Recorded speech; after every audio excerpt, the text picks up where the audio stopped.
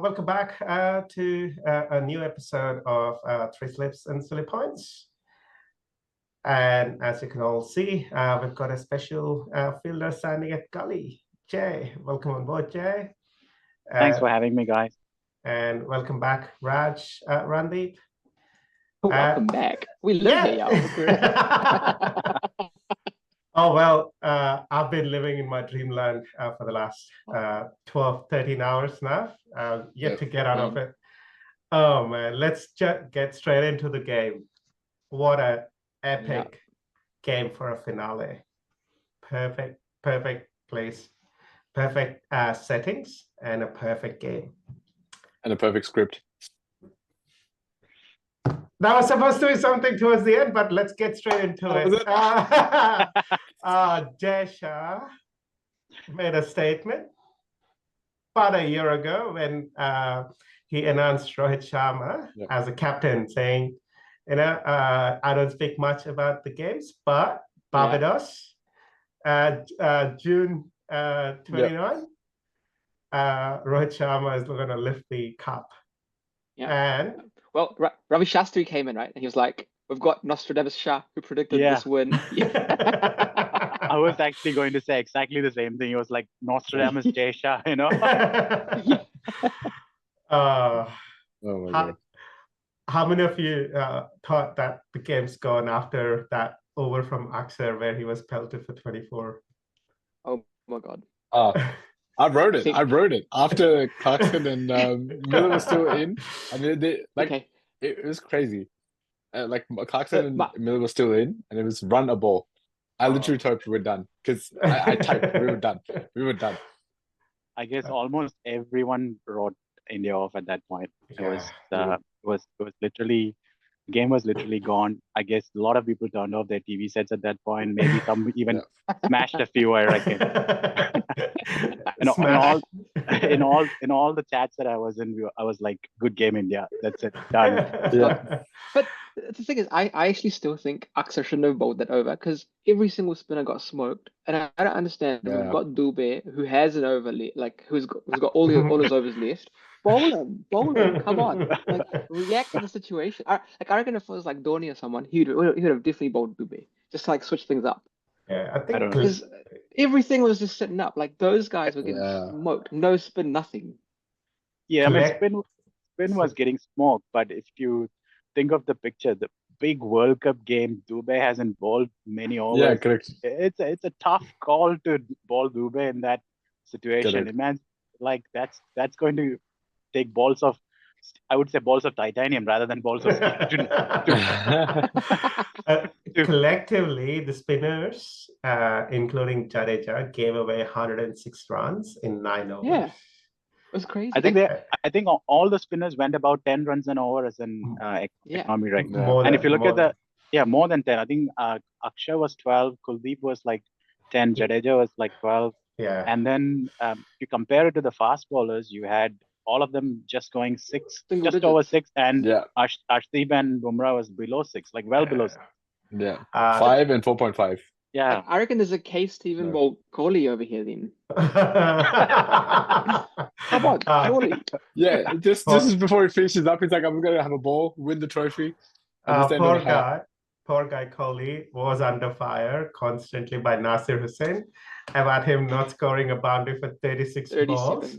And then imagine him having a go and let go of a couple of boundaries. Nasir would have owned him end to end. Yeah. Now, but okay, so let's kind of pull it back then. Let's go back to the Indian innings so that we can break the whole game down. Yeah. Wickets go down, and first one, Rohit Sharma. I'm like, hearts in the mouth again. And then comes Bunt. How do you mess up a full toss? He toppaged a full toss. But I think Pant has been dismissed by Maharaj. Like in 10 balls he's been dismissed more than like 3 times or something now. Oh wow! So that was like a definite matchup there. It looked like a premeditated shot. Like it was. I was like first. I think he faced 2 balls, right? Yeah, 2 balls. He got out 0 for 2. Like you're sweeping. I get he's been pretty good at sweeping. He's done well, but again, final, you haven't really got your head in, and you just I think if you look at his previous games as well, that is how he plays. I don't think he's done anything different. Only thing is that gamble did not pay off today. Yeah. I think it was also South Africa's luck as well. I mean, come on. Full toss, sweeping across the line. You don't expect the ball to just hit the toe edge, go straight up, and just right behind into the keeper's gloves. That is like literally luck. And that's exactly what Sharma did too, right? He sweetly hit that ball. Only one fielder to beat, and right in his hands. But I think it was a good catch. Yeah. That was a well-planned dismissal, though, because if you look at that, I was listening to Ash and his chat in the Tamil chat channel that he does. He specifically said that they had the fielder on towards the left side of the umpire rather than to the right side of the umpire. Yeah. Normally, you have your fielder fine, right? But they had the fielder square, and Maharaj bowled the ball outside off stump, got him to sweep and went straight into his hand. So that, as well as Surya Kumar Yadav's dismissal, that was like really well planned and executed dismissal. That was like South Africa hands off to them. But in Sky's defense, that shot's not meant to go for a 4. It was a 6. Yeah. So it's just unlucky because bad hit, right?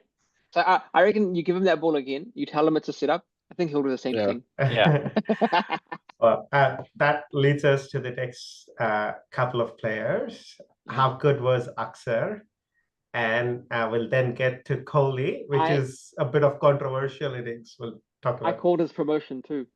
I'll take that too. Yeah. You must have had that direct line into Rahul Dravid there. Hey, Dravid, send in Akshar. Because that's exactly what they did for Pakistan. Remember, we had a few early wickets, and they're like, "Yep, Akshar, go up." Yeah, but it worked out obviously very well. Yeah, go check. No, with Pakistan, they sent Akshar up to protect Sky. Yeah, right. But here he went up. And I wasn't sure what he was protecting. He was not protecting Hardik, Jadeja, or Dubey. I think he was protecting Kohli. I think he was. I think he was predicting. I think because at that time it was pretty much the pacements. Like there was I think 1 or 2 overs by the spinners, and it was the pacements which were like struggling a bit. So I think he was protecting Dubey.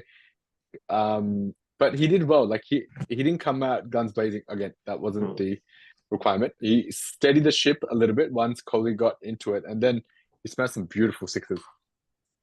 Like he also allowed Kohli to sort of settle down, rotate strike, and he got the boundaries while Kohli wasn't getting the boundaries, which took the pressure off of him to go berserk. I think that was the difference between this collapse and all the other collapses that we had before. Other knockout games, every time we have had a collapse, both the batsmen kind of went into like a defensive mode and ate up a lot of balls. But if you look at Akshar's innings, he was always looking for those boundaries. He was never like completely on the defensive. Yeah. And one guy was going hard and allowed Kohli to take his time, the stakes, rotate the strikes, singles, and that kind of ensured that we were scoring at, I think, 7.5, 8 runs, even when we lost wickets. I think that was a massive point in the match. He made it look real easy too. Kohli's innings, oh my God. We were all asking, or we were all messaging each other, like, he should get a move on quickly. Okay, up until 10 overs. All right, he's building the innings. All right, 10 done, 11 done. Come on, get going. And then the best part for me was everyone's deciding when they should go off. Like 12, like over 12, over 14, over 15. Come on, hurry up. But I think if you review his whole tournament, like look, some starts, some obviously he's struggled with. He's always tried to tee off early, right? And he's lost wicket quickly. So this one, he's like, he loves his high stake games because this was at that position. It was like, they were 2 down, Akshar and these guys. So he's like, okay, let me just this had to take the scoreboard forward. As long as they what we realize know is as long as you've got wickets, you've got ticking it forward, and Akshar was smashing it on the other side. I think it allowed him to steady and still push hard. And some of the sixes that he hit, that was similar to the one in Pakistan. Back foot, rocked on the back foot and down the ground. That was beautiful.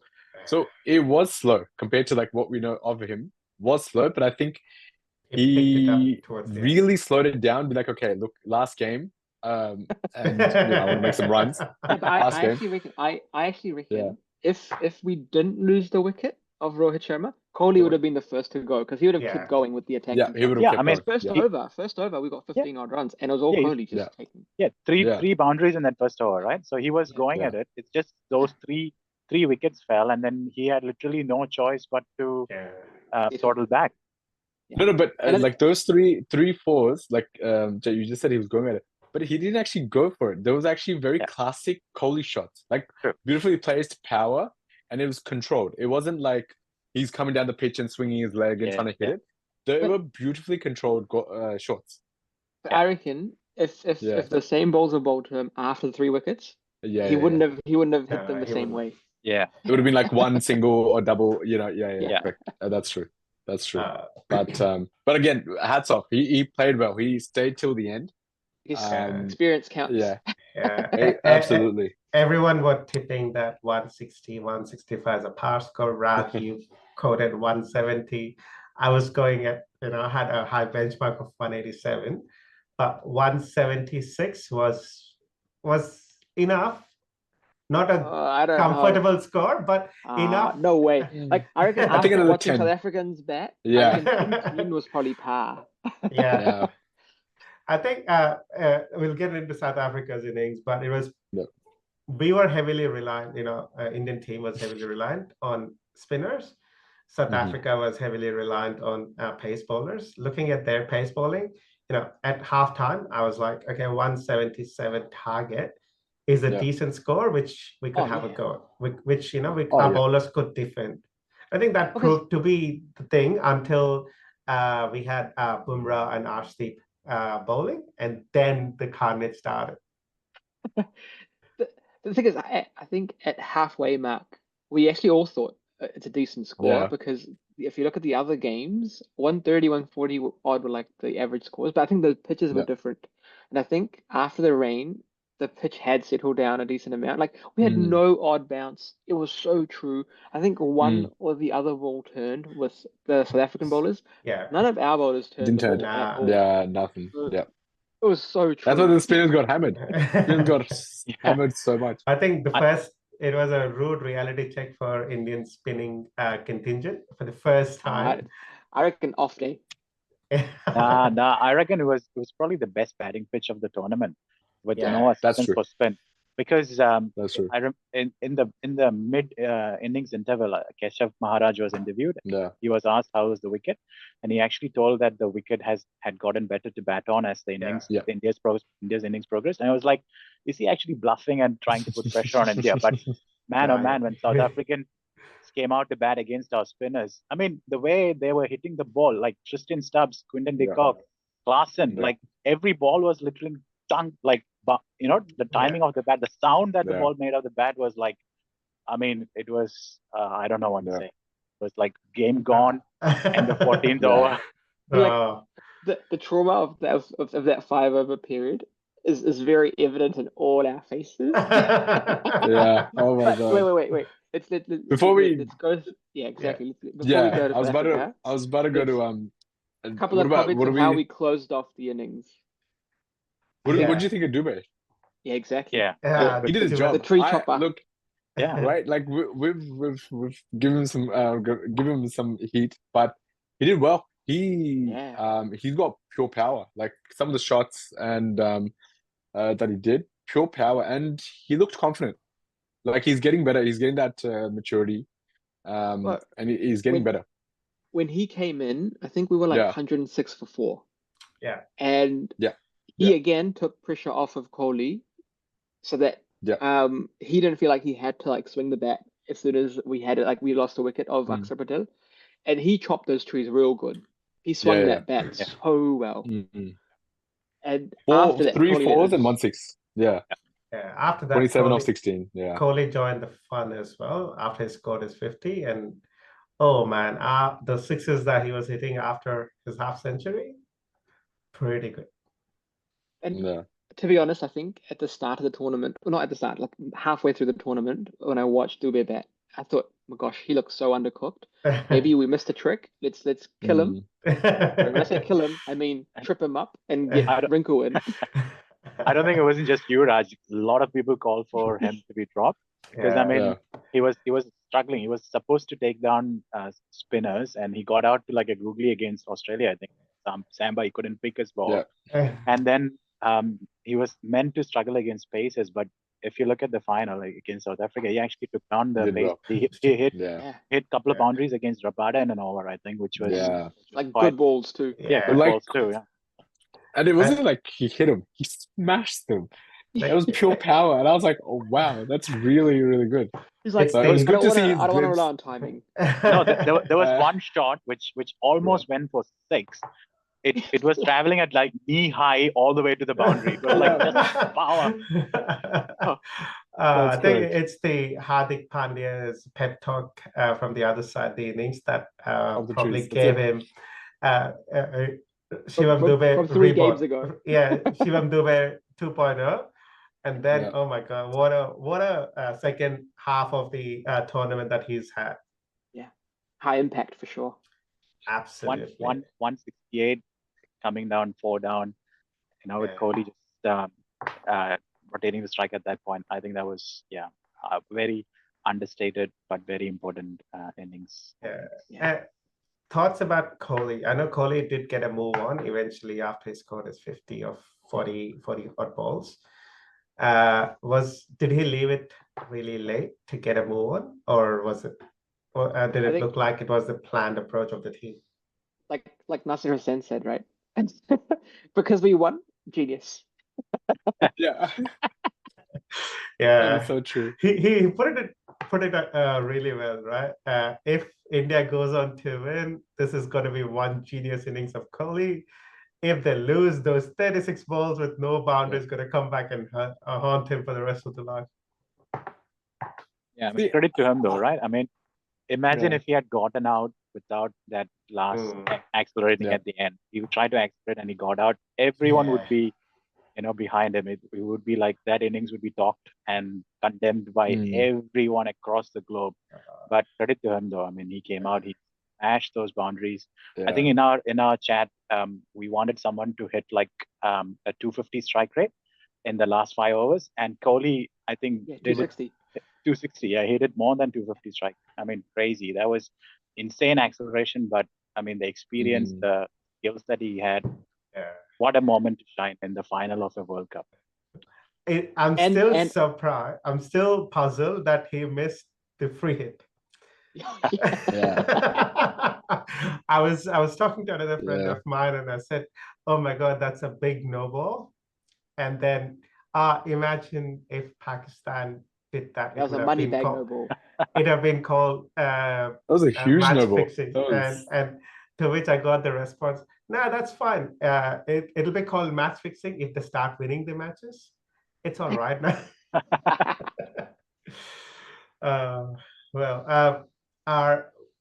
Moving on to the second innings, South Africa came the way they had a bit of nervous start, similar to how India had. Quick wickets. 2 quick wickets, yeah. 2 quick wickets, but Quinton de Kock, we spoke about him not having a start at the start of the tournament, but again, his comeback big time, and had a pretty good innings in the finals. I think it's when I was watching it, and it may have been because I was very nervous, and I actually thought he was batting like really, really fast. But then when he got out, he was only at like 125 strike rate. Like for some reason, I thought everything he was like touching was going to the boundary. He was in the mix, or he was playing alongside Stubbs and Klaasnen, both of them whacking the ball. So yeah, essentially the whole of South Africa innings, you didn't know who was playing, but all you could see was the scorecard running in a fast pace. Yeah. But I reckon with de Kock though, the reason why we all felt that he was batting at such a high tempo, high strike rate was because of the ease with which he was doing it out there. Yes. Like he was not troubled at all. He was just looking so comfortable. Yeah. Nothing was facing him. It was like it was destined for him to take South Africa across the line in his final match for them. It was the way he was batting. But I was also surprised. I think he scored like 39 or 33 balls or something. Yeah, it was like 31. 31. Yeah, so it wasn't like a quick innings or anything. But I think it was just with the ease with which he was batting that made all of us think that he was just hitting it everywhere. But what a stupid way to get out, though. I mean, I was just gonna say that. I was like, he hits a 6 there. The guy moves a player right there. Yeah, correct. And again. And he's like, let me just see this. This is kind of what I mean about Sky, though. This is kind of what I mean about Sky. Sky would do the same thing again. You set him up, you tell him to set up, you give him the same ball, and he's like, I'll back myself, hit the 6. And this guy does the same thing, and he literally just hit the 6. Oh. Well, the first one he hit it properly. The second one was more of a miss hit. Like it was more closer to the shoulder of the bat, and that didn't make it. Oh yeah, that was. I loved it. I was like, I don't care. I loved it. I don't know whether Ashdeep mended the ball there or was I guarantee that. I mean, they literally just moved someone would have been. Yeah, they literally just moved. It must be a plan because repeat, right? Everything, the ball, the length was exactly the shot was the same. It's just Kuldeep was just standing there now. But they hammered us. Those. Oh no, it's about to come now, Randeep. It's about to come now. Klassen. Oh my god. Oh my god. The ease and elegance in each of his shot. Perfect time 6s. That's essentially it. The crazier part is no slogs. They were all just like standing up tall, offside, offside, one straight down the ground, one on the leg side. The ball's on the roof. You had to get another ball. But even the 6 that he hit to long on was a full ball. He played it off the back foot. It was on leg stump. He lifted it off the back foot and hit him straight over long on. That was insane. And went a long way too. It wasn't like just over the boundary. It literally like cleared the ground. He's the only batsman there. He's like, oh, you bowl anyway, he'll smash it. He's like, oh, you're gonna bowl a Yorker? So Yorker, fast Yorker, whatever. Okay, I'll still hit it for 6. And that's what it was. It was like a great Yorker, and that went straight back. And I was like, oh my god. And that was a problem with, for obviously us, when we got to a point where one, there was a really bad over from Aksar, and we reached a point where it was just one run. To be honest, I don't think he bowled badly. It's good. They were like half pitched. Yeah. Oh well, yeah. I'm not discrediting the batting. The batting was top class. He got hit for a 6. Now he's trying to adjust his length.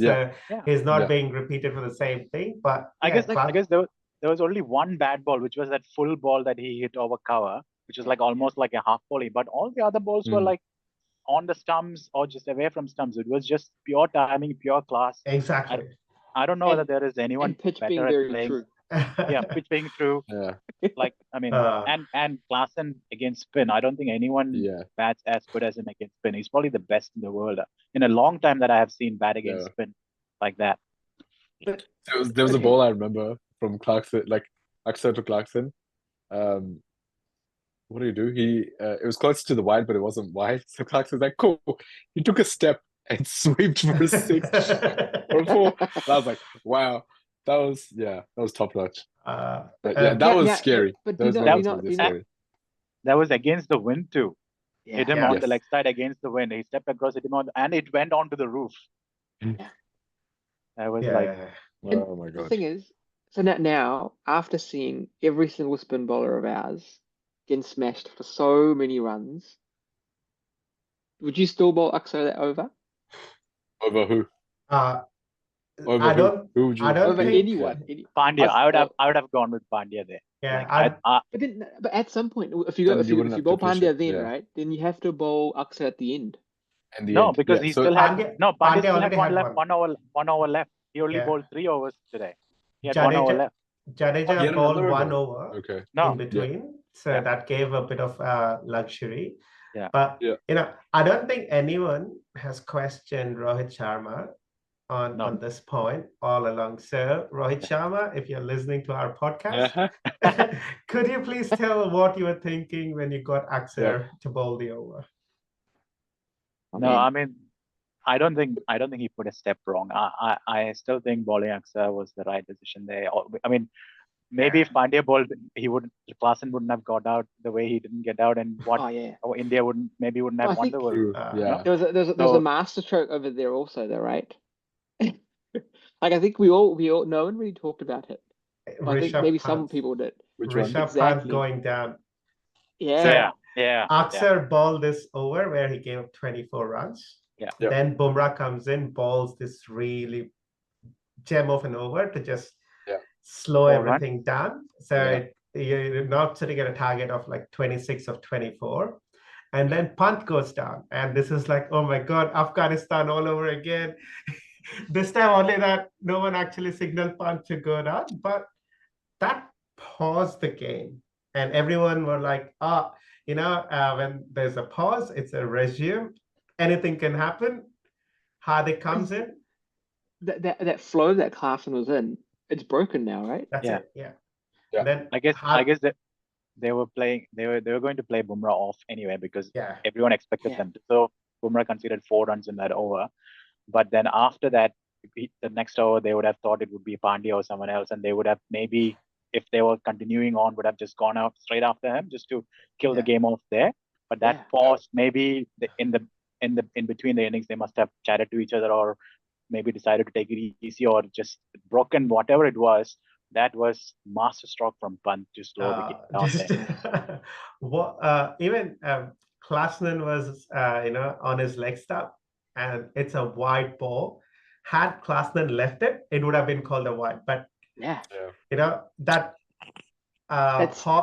pause in momentum, he had to restart, and then it's gone. You call it pause in momentum. I call it the point of implosion. But oh my God, Klaasen's wicket was the turning point, and absolutely.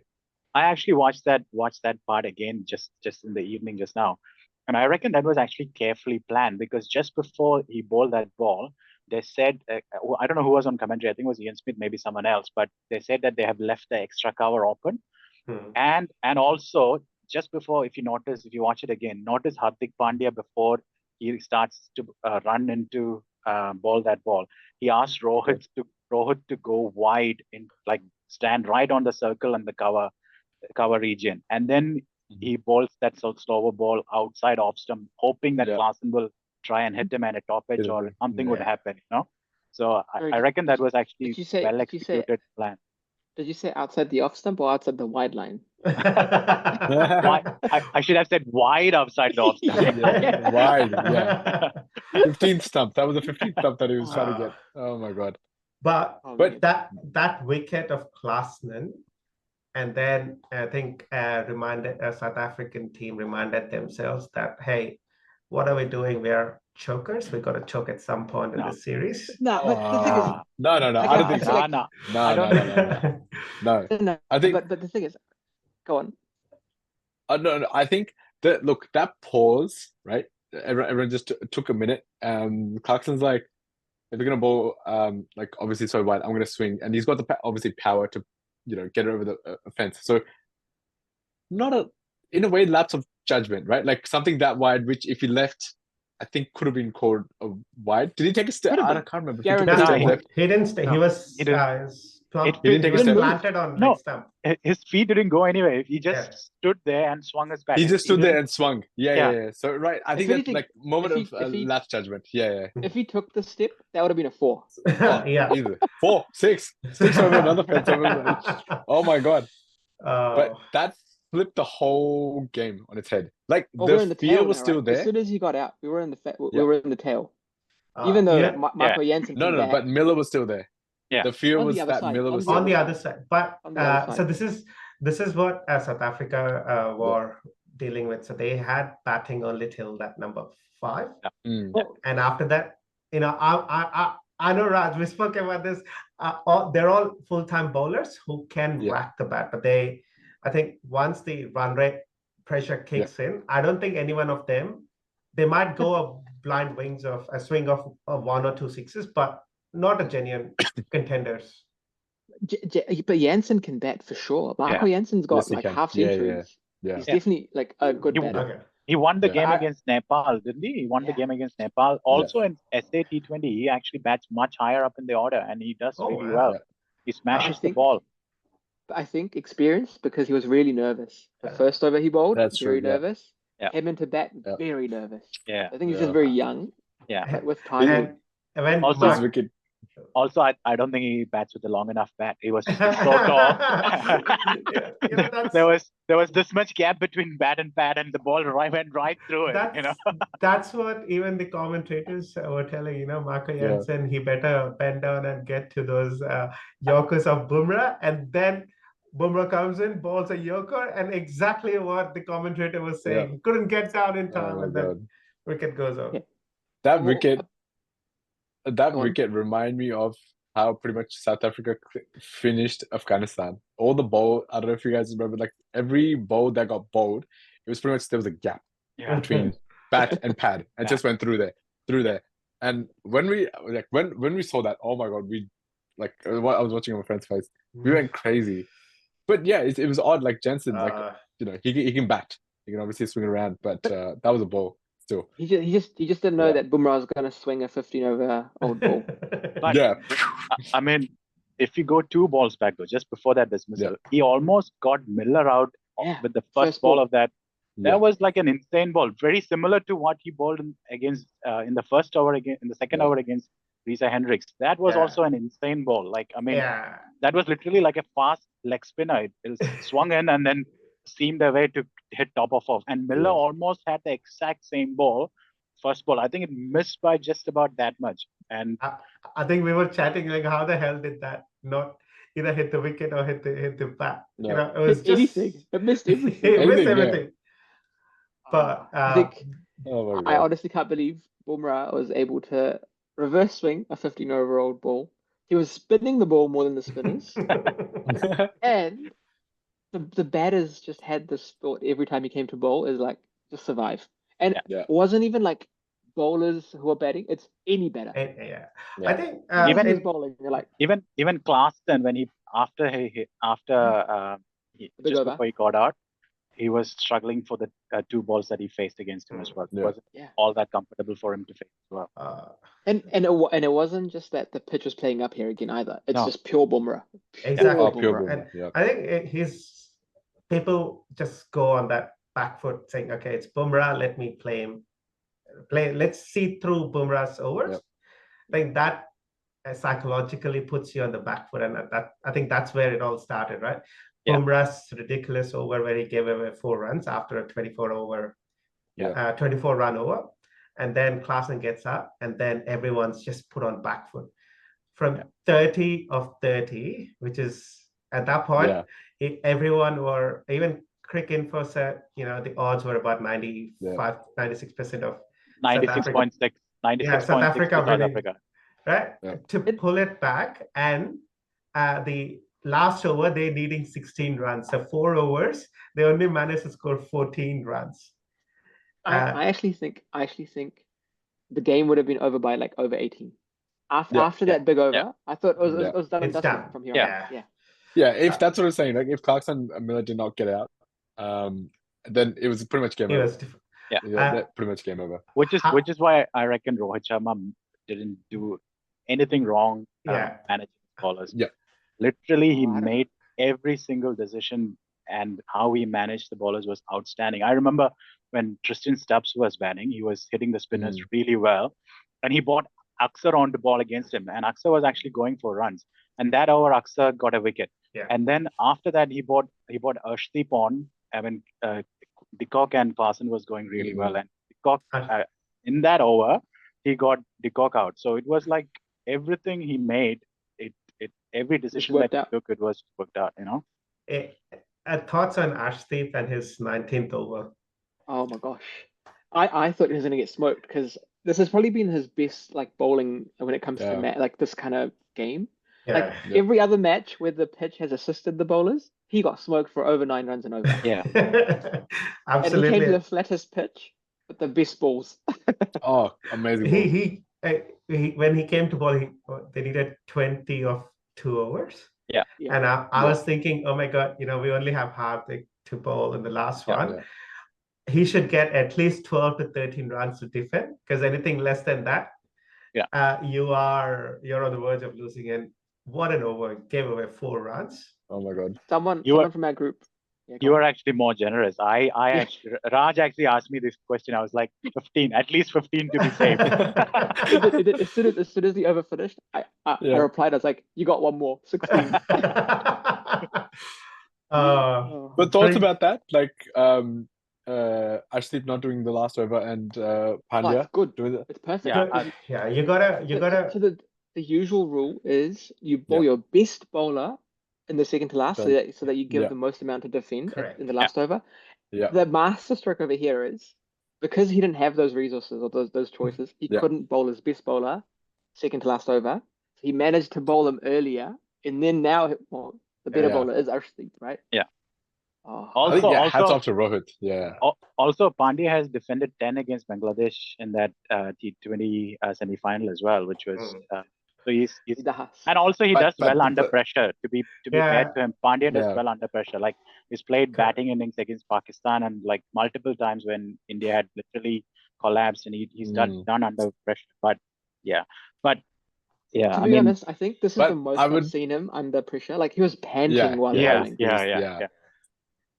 Jay, to with what you said, because Pandya, like against Bangladesh's game, there's a fair bit of difference between Bangla boys batting. No, but like compared to like them batting, whoever there is, even the top players, but to have Miller and Clarkson, or to get Miller remaining. No Clarkson, I didn't know Clarkson was out. Clarkson was out. No, but having that caliber, and then did get him out. He got both of them out. He got both of them out eventually. Yeah. I think. Oh, by the way, that catch from Sky. I was gonna get there. But before you go to the catch though, what about that first ball that Pandya bowled in the final over? A ranked full toss. Imagine if it was a 6. I mean, come on. I was getting there. When Pandya first bowls a wide full toss. Ranked full toss. And wide. That goes Miller gets a full bat to it, and I'm like, oh my god, Pandya could defend 12. That's what I was thinking to Mazarat. I gave him 12. The first ball he's given up 6, and then Sky, out of nowhere, gets that ball. Oh my god! The craziest part about that catch was like when he took the catch live, he went off camera for a bit. And then he comes back. We saw a little bit in the Did you take it or not? What's happening here? Yeah. But I saw that. It's like the bottom of the screen where it's like, oh my god. In the I knew it on the first replay. You could. Yeah. In the '99 World Cup, Harshal Gibbs drops a sitter. Yeah. And then the commentators say, he's just dropped the World Cup. And this was the other way. Sky just caught the T20 World Cup with that. Yeah. And it was a 6. That World Cup was going for a 6. Yeah. I mean, either was out or 6. Yeah. The ball literally went out of the ground. He had his hands outside the ground with his feet inside the ground, and then he tossed it up back into play and then caught it again. And he was listed an inch from the boundary too. Yeah. Like he danced around it. Man. Yeah. There are a lot of people talking that the boundary cushions were pushed back with that. I saw that. I saw that. Yeah. Well, you could make controversy of anything and everything. If they anticipated that and they pushed it, they deserve to win. Yeah. No, but you don't see it. Sky going around to the boundary, be like, okay, I'm just gonna kick a little bit here. Like imagine here. He's just like, like imagine the ball's in the air and he's like pushing them back. So he can take No, that whoever did that, that's literally Nostradamus right there. So Jay Shah. Again, the catch was reviewed. So it went up to third umpire, and if there was anything dodgy with the way the fences were, third umpire would have said it. Yeah, they would have picked it up. So this is all a controversy. Also, it was not just there. If you look at the game now, if you go back and watch the game, there were like other areas of the ground where the fence, that line was visible as well. So it was not just there. It was evenly done. Yeah. They did a good job evenly pushing it out. For both the teams as well. For both the teams, yeah. And then the very next ball, Rabada comes in and that outside edge to the boundary. And then you're like, oh my God, we are in for a really close finish.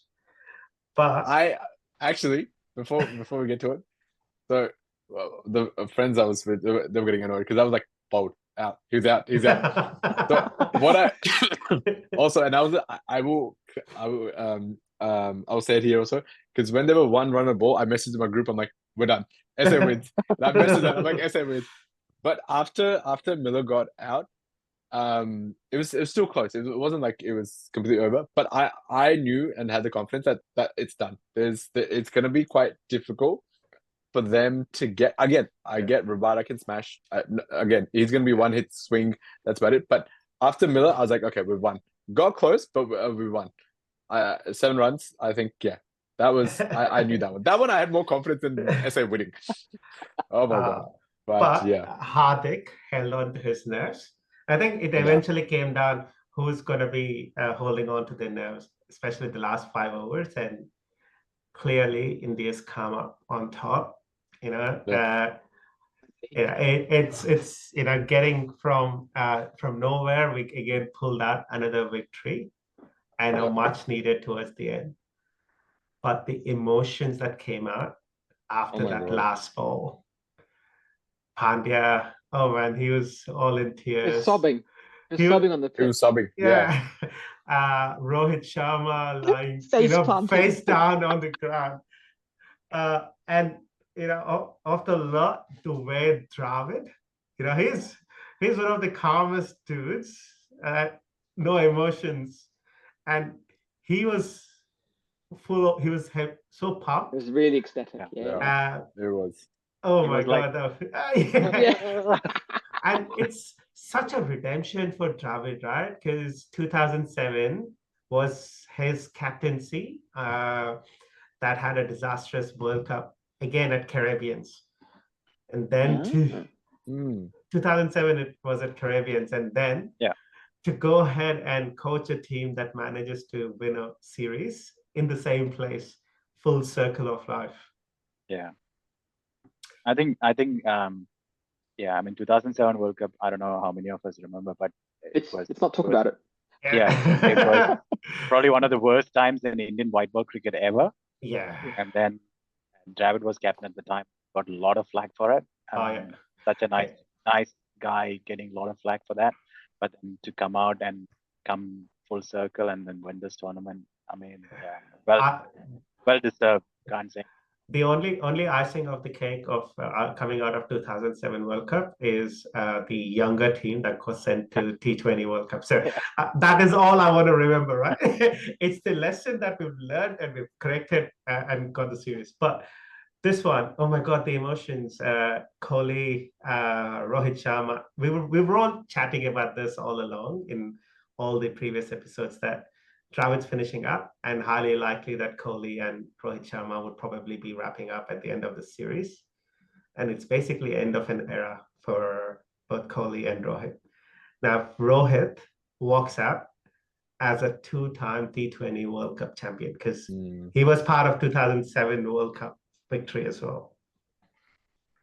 How good for him as well. It was a full circle coming around. He started his career in 2007 T20 World Cup, won the cup, and now he's signing off, winning the cup as well. So it was again, good things, good people kind of a thing. And I mean, credit to him. I mean, he could have walked off after the 50-over World Cup. He was heartbroken. India was the best team. Everyone know India was the best team. Just one off day, and then decided to stay on. Same with Dravid as well. Decided to stay on till the World Cup. I think they took that decision because they didn't have a clear transition plan in place. So they stayed on, won the World Cup, and now they are walking off with their head held high. Amazing, really amazing. Well deserved. So I was shocked, which was a bit. I was talking about my other friend. People were shocked, like, oh, where did Kohli's come? Where did Rohit's come? I was like, kind of new, like, I don't know whether you watched the press conference. Everyone was like, "Oh no!" The reaction was so good. But I think I mean, this is like I was saying, we knew that something big was going to happen straight after the series. And the other coincidence, whenever India sends a farewell to the coach, we send them off with the World Cup. If it's twice. Twice. No, it happened in 2011. We sent off Gary Kirsten with the World Cup because they had to finish. Gary Custer finished right at the end of that. Now Dravid's wrapping up with the World Cup again. Yeah. So Shastri didn't get anything though. and Kumble literally got kicked out. Greg Chappell was like, "Where's my World Cup?" No, but that was before. Greg Chappell. Greg Chappell was it 2003? Wasn't he 2003? No. Okay. 2007. John Wright.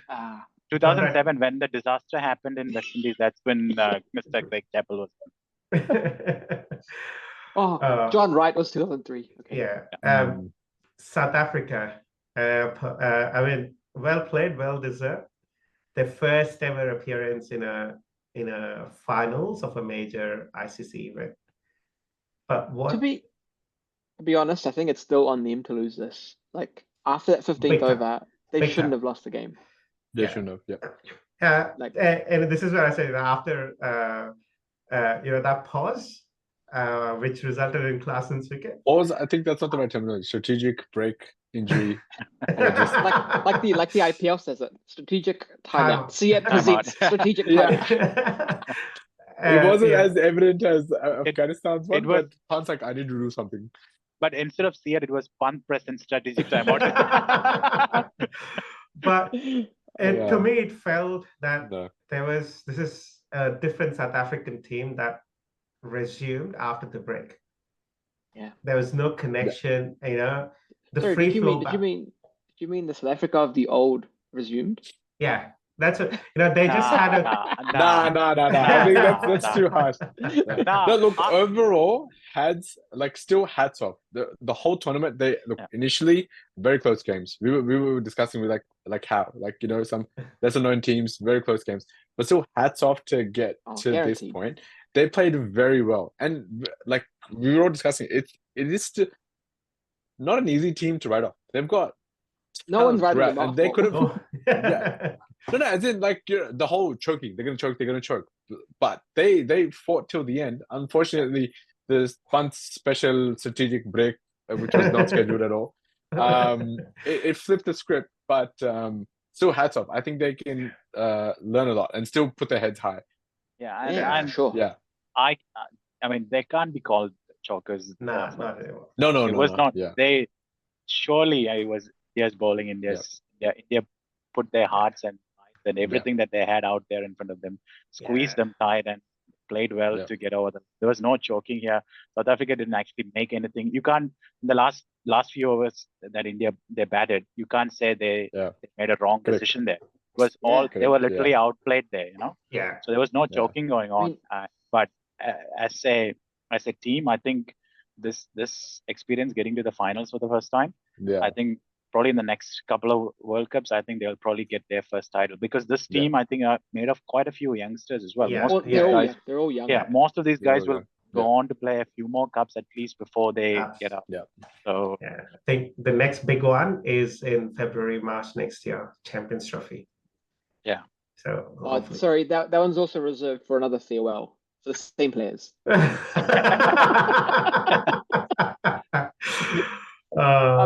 the one after that one we can give to them. Maybe.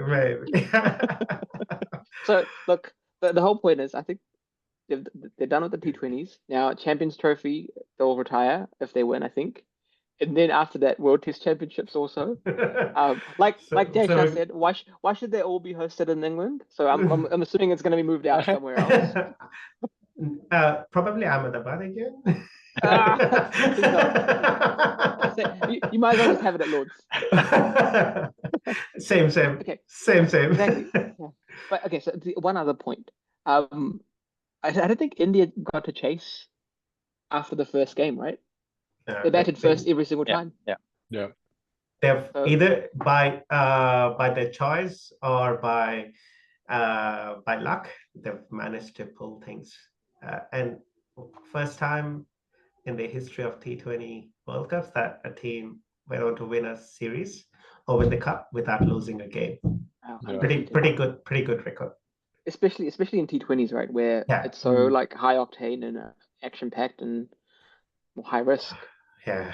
Out of all the India's game, I think look again, not that every game was easy, but they played well. But the ones that I can remember is the one we're about to lose with India, Pakistan. We were also talking like if Rizwan did not get out, I think they would have gone on to win. But I mean that ball from Bumrah, he spun Rizwan out and he tried slog sweeping him. It was silly.